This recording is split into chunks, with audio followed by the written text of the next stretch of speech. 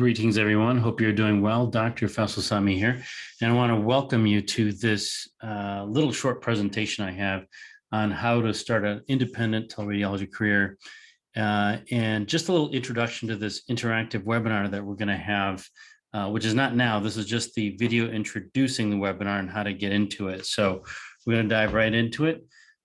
Greetings. Faisal Sami is my name. I'm a board certified radiologist.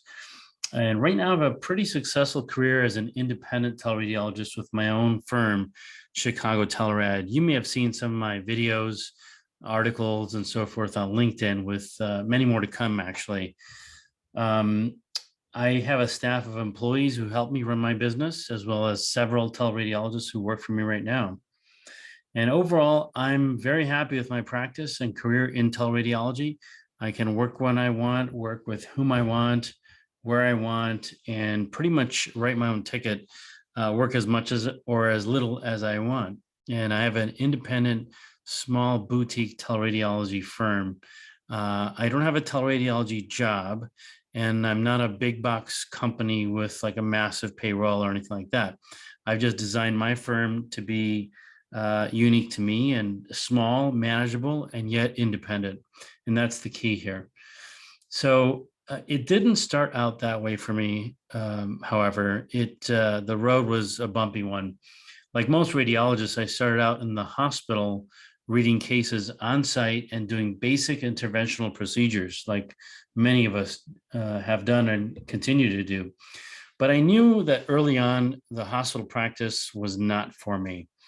I simply didn't like being in the hospital. I was tired of the politics, the bickering, the poor work environments, not to mention the unhygienic work environments and the overall nasty attitudes toward doctors that the hospital milieu grows, which if you look at, surveys now of physicians and even nurses, we had a nurse that was convicted of giving a wrong medication, criminally convicted of giving a wrong medication.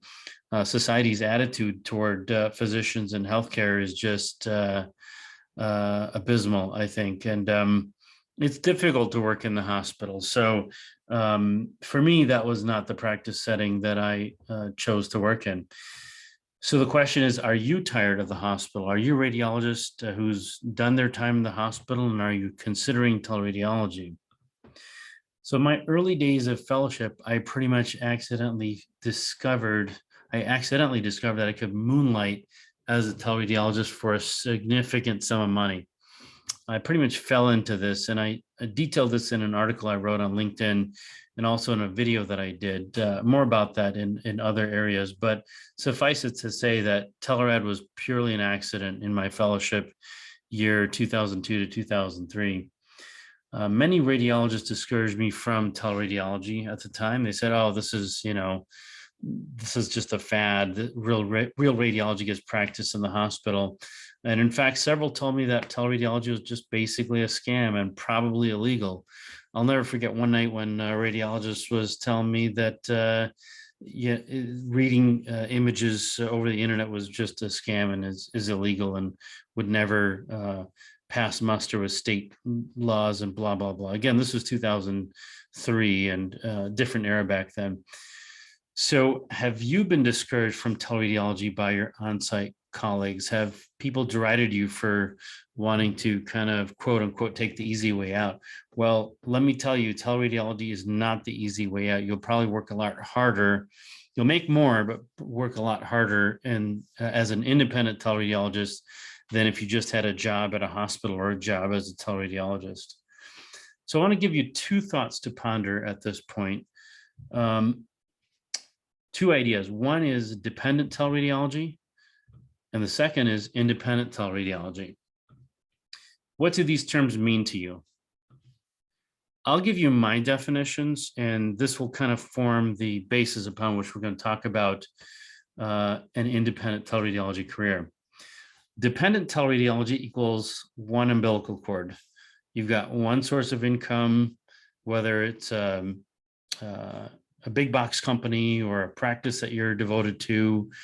Basically, if they cut you off or you decide to leave, like that's it, like your income stops. You got to go hunting another place with your umbilical cord in hand and look for another place to plug in.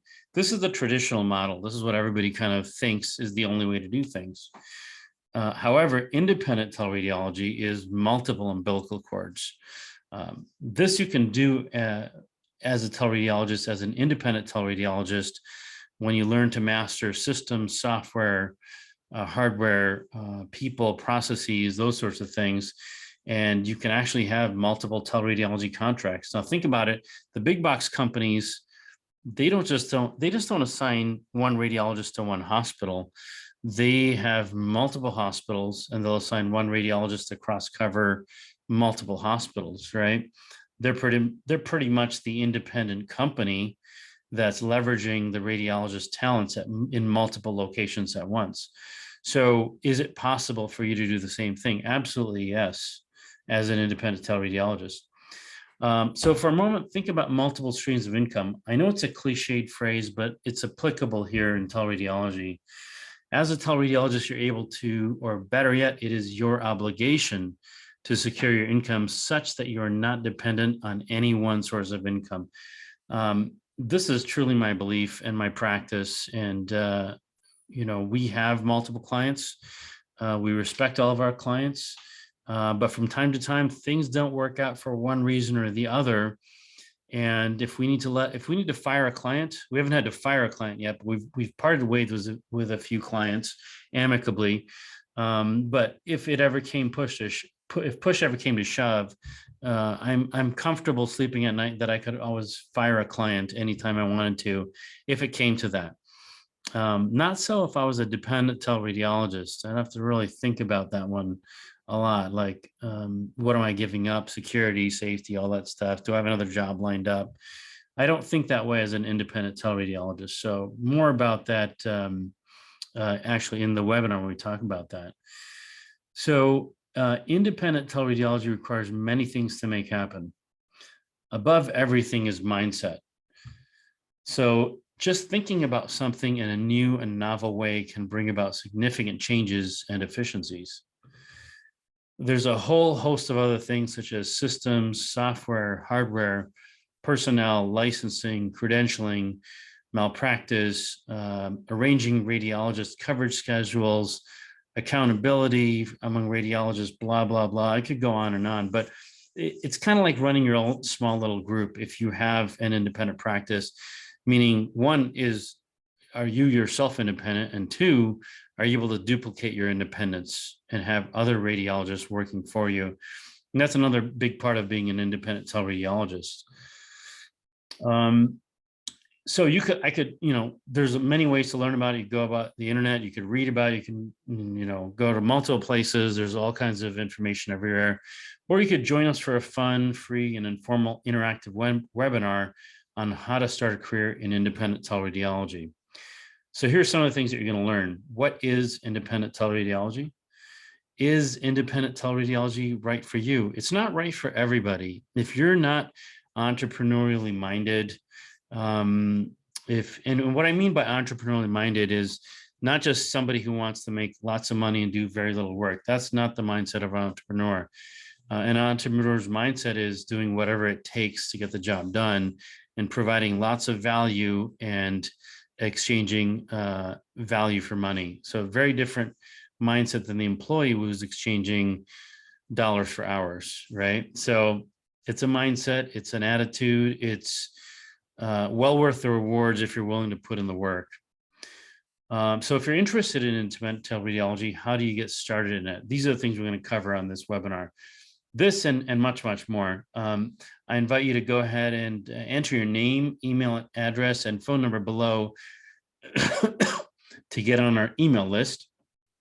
Then when the webinar is held, you'll get a Zoom link to join the session. Sessions are usually held weekly, but not all the time. So you'll have to tune to your email inbox to see when a session is happening. We try to limit these sessions to about 10 radiologists, so there's plenty of opportunities for questions. So we try to make these into networking sessions as well. You get to know some other like-minded independent teleradiologists. So go ahead and get on the email list now. Go ahead and enter your email, your name, email, and phone number, and we look forward to meeting you. Just a quick note, when you enter your information below, the webinar does not start instantly, but rather it gets you on an email list so that we can confirm you are a radiologist and are qualified to be on the webinar. This helps us keep out recruiters and other middlemen and other, kind of tire kickers who want to kind of see what this is all about. We want to strictly limit this for radiologists. So radiologists, I look forward to seeing you on the webinar.